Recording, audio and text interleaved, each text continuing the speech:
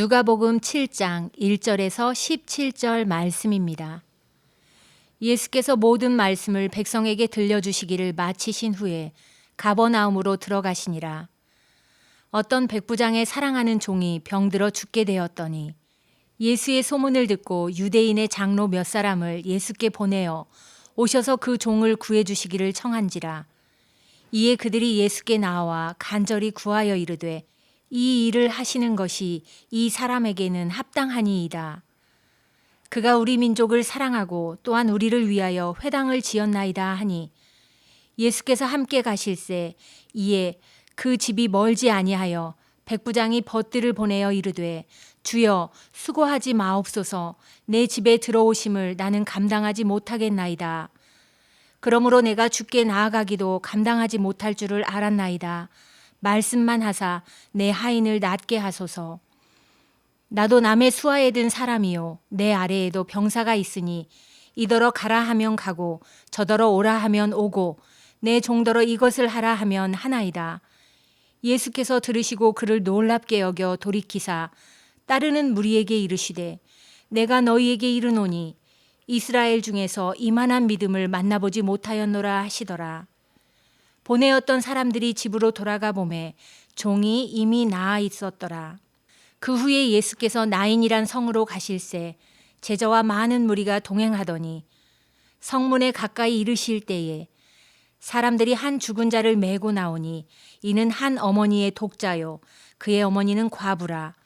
그 성에 많은 사람도 그와 함께 나오거늘 주께서 과부를 보시고 불쌍히 여기사 울지 말라 하시고 가까이 가서 그 관에 손을 대시니 맨 자들이 서는지라.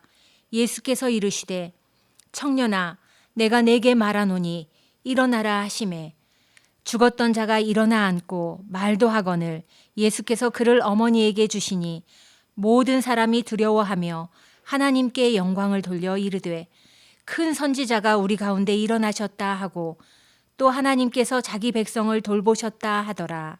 예수께 대한 이 소문이 온 유대와 사방에 두루 퍼지니라. 아멘. 어제까지의 본문의 말씀은 마태복음에서는 상상수훈이라고 하고 또 누가복음에서는 평지설교라고 하는 본문입니다. 예수님이 평지설교를 마치시고 이동하신 곳은 가버나움이라고 하는 곳이었습니다. 가버나움은 예수님께서 공생의 사역을 시작하신 초기부터 중심으로 활동하던 지역이기도 합니다. 이곳에서 예수님은 참 여러 가지 기적을 행하셨습니다. 회당에서 귀신 들린 사람을 고쳐주기도 하시고 열병에 걸린 베드로, 시몬의 장모를 고쳐주신 곳도 바로 이 가버나움이었습니다. 가버나움은 로마의 속주인 갈릴리의 국경이 가까운 지역입니다. 그렇기 때문에 이곳에는 로마의 군대가 주둔하고 있었습니다. 그래서 오늘 말씀에 등장하는 백부장은 바로 100명 정도의 병력을 거느린 말하자면 로마 군대의 중급 지휘관이라고 할 수 있습니다. 백부장은 그가 사랑하는 종, 조금 더 직역을 하자면 그가 존귀하게 여기는 종이 병들어 죽어가고 있을 때 그 종의 병을 고치기 위해서 최선을 다했던 것을 알 수가 있습니다. 백부장은 먼저 유대인 장로들을 찾아가서 그 종을 고쳐주시기를 예수님께 청해달라고 구했습니다. 장로들은 이 백부장에게 빚진 것이 있었습니다. 이 백부장은 유대 민족을 위해서 회당을 지어주기까지 한 고마운 사람이었기 때문입니다. 그래서 장로들은 이 백부장을 위해 예수님을 찾아가서 그 백부장의 종을 고쳐주기를 간청했습니다. 예수님은 유대 장로들의 말을 들으시고 그 집으로 곧장 향하셨습니다. 그런데 백부장은 사람들을 보내어 자기 집으로 들어오지 마시고 말씀으로만 고쳐달라고 요청하십니다. 백부장은 예수님을 가리켜서 주여라고 부릅니다. 헬라어로 퀴리오스라고 말합니다. 예수님을 주님으로 불렀다라는 것은 이미 백부장의 마음속에 있는 믿음을 표현한 것입니다. 자신이 직접 예수님께 나아가는 것만으로도 나는 감당하지 못하겠습니다. 그저 말씀만으로 고쳐주옵소서 이렇게 구했다는 것입니다. 자신이 로마의 군대 장교로서 자신이 명령하면 부하들이 그 명령에 따라 움직이는 것처럼 예수님도 그렇게 하실 수 있다라는 것을 백부장은 믿음으로 고백한 것입니다. 이 백부장의 믿음은 하나님에 대한 어떤 추상적인 신앙이나 교리가 아니었습니다. 예수님이 무엇이든지 명령하시면 그대로 될 것이라는 단순하고 분명한 믿음이었습니다. 군대의 지휘관이 명령하듯이 예수님이 질병과 모든 권세를 다스리시는 능력이 있는 분으로 분명히 믿었다는 것입니다. 믿음 없는 사람들의 눈에는 이 백부장의 믿음이 얼마나 우습고 단순하고 어리석게 보였겠습니까? 그러나 백부장은 예수님이 어떤 분이신지 분명히 알았습니다. 예수님이 말 한마디 하시면 죽어가는 자도 살릴 수 있다는 그 믿음이 그에게 있었습니다. 그리고 예수님께서도 이 백부장의 믿음을 놀랍게 여기셨습니다. 이스라엘 중에 이만한 믿음을 찾아볼 수 없다며 예수님은 백부장의 믿음을 크게 칭찬하십니다. 당시 유대인들은 이방인들에 대해 구원받을 자격이 없다고 생각했습니다. 그러나 예수님은 이방인인 로마 군대 백부장의 믿음을 칭찬하심으로써 구원이 단순히 이스라엘 백성들, 택한 백성들에게만 있는 것이 아니라 누구에게나 열려 있다라는 것을 암시하시고 있습니다. 백부장의 믿음으로 인해 그 백부장의 종은 예수님의 말씀으로 깨끗하게 나음을 입었습니다. 예수님은 이 백부장의 믿음에 크게 감동하셨습니다. 성경 가운데 예수님이 믿음을 칭찬하신 경우는 사실 예수님의 제자들이나 이스라엘 사람들, 택한 유대 백성들이 아니었음을 보게 됩니다. 거의 대부분 이방인들에게 예수님은 믿음을 칭찬하셨습니다. 오늘 본문에 나오는 백부장의 믿음을 칭찬하신 사건도 그렇습니다. 성경 가운데 다른 복음서에는 수로보니게 여인이 등장합니다. 이 여인은 예수님께 찾아와서 자신의 딸을 고쳐주시기를 간절히 청했습니다. 그런데 예수님이 이 여인에게 뭐라고 얘기하십니까? 자녀의 떡을 취하여 개들에게 던짐이 마땅치 아니하다. 즉 예수님은 이 여인에게 너는 개 같은 족속인데 어떻게 내가 은혜를 베풀 수 있겠느냐라고 매우 모멸차고 참으로 예수님답지 않은 말씀을 하셨다는 것입니다. 그런데 이 여인의 답변이 얼마나 훌륭한지 보십시오. 그 모욕적인 말에도 굽히지 않고 개들도 주인의 상에서 떨어지는 부스러기를 먹나이다. 부스러기 은혜라도 좋으니 주님 내 딸을 고쳐주십시오. 간절히 고백했던 이 어머니의 믿음이 칭찬받았습니다. 여인아 내 믿음이 크도다. 그리고 그 딸의 병도 고침을 받았습니다. 우리의 믿음도 이렇게 예수님께 칭찬받는 믿음이기를 간절히 원합니다. 이후에 예수님은 나인성이라고 하는 곳에 지나가시다가 한 상여 행렬과 마주치십니다. 나인이라는 이름의 뜻은 기쁨, 즐거움, 아름다움 이런 의미를 가지고 있습니다. 그런데 그 성의 이름과는 정반대로 슬픔과 통곡의 장면을 대하게 됩니다. 당시 가장 불운하고 소외된 계층이라고 할 수 있는 과부가 그의 외아들을 잃은 것입니다. 독자를 잃은 과부를 보신 예수님은 그 여인을 불쌍히 여기셨습니다. 그리고 그 행렬에 다가가서 관에 손을 대셨습니다.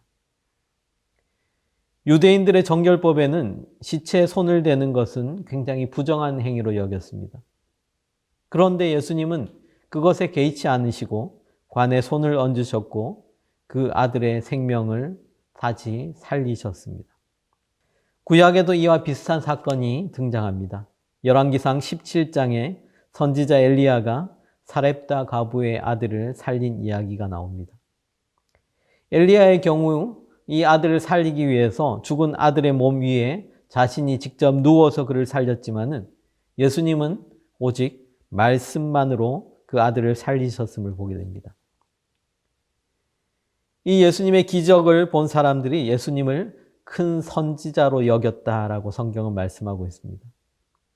예수님이 오신 것은 하나님께서 자기 백성들을 돌보신다는 증거라고 사람들이 고백합니다. 구약의 큰 선지자 엘리야와 엘리사가 놀라운 기적을 행한 것처럼 이제 하나님께서 보내신 큰 선지자가 와서 이스라엘을 돌보시고 구원하시는 것을 인정한 것입니다. 예수님은 나인성 과부의 아들에게 청년아 내가 내게 말하노니 일어나라 라고 하는 명령으로 그를 고쳐주셨습니다. 백부장의 경우에는 그가 먼저 예수님께 찾아와서 고쳐주시기를 명했지만은 나인성 과부의 경우에는 예수님이 먼저 찾아가셔서 예수님이 먼저 그 과부와 그 아들의 죽음에 다가가셔서 아들을 살려주셨다라는 것입니다.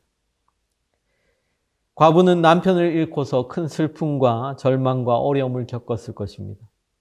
그런데 유일하게 의지하던 외아들이 죽음으로써 이제는 모든 소망을 다 잃어버리고 그야말로 절망과 고통으로 어찌할 바를 모르고 있었을 것입니다.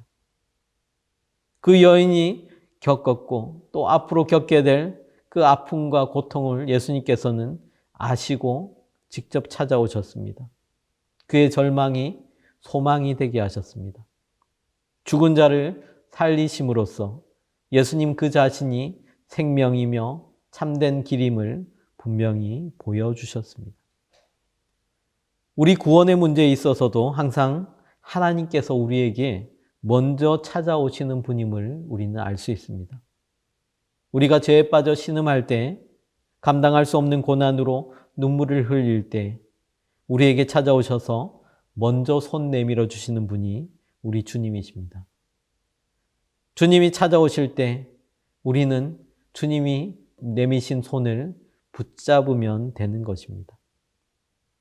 예수님이 이 땅에 오신 이유가 바로 우리를 그렇게 구원하시기 위함이며 우리는 그 예수님께 믿음으로 반응하기만 하면 구원을 얻게 될 것입니다. 가버나움과 나인성에서 행하신 이 두 개의 기적, 이 기적들은 이미 언급한 구약의 선지자 엘리야와 엘리사의 이야기에서 여러 가지 공통점이 있는 것을 아까도 말씀드렸습니다. 이미 예수님은 누가복음 4장에서 이 두 선지자를 언급하셨습니다. 그래서 이스라엘이 믿지 않음, 이스라엘의 불신앙을 지적하고 이방인들이 하나님의 은혜를 받게 될 것임을 말씀하셨습니다. 가버나움의 백부장은 마치 시리아의 나아만 장군을 연상시킵니다.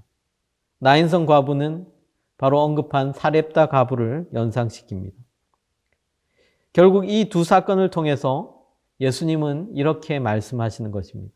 하나님의 구원은 이방인들과 불쌍한 이들에게 임할 것이다.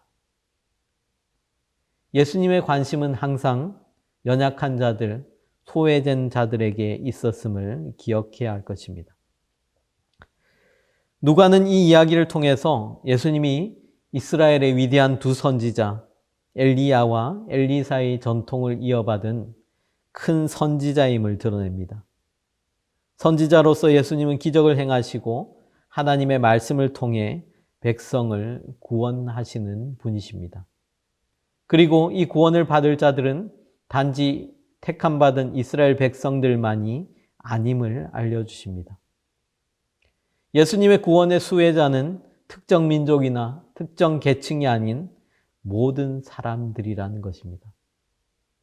이방인 백부장에게도 불쌍한 과부에게도 찾아오셔서 구원을 베푸시는 하나님의 아들, 모든 사람을 구원하시고자 하는 하나님의 계획이 복음서 가운데 드러납니다.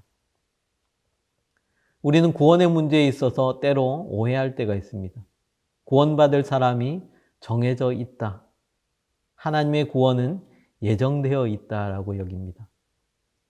그런데 신학자들이 말하는 예정론은 그런 결정된 예정론이 아닙니다.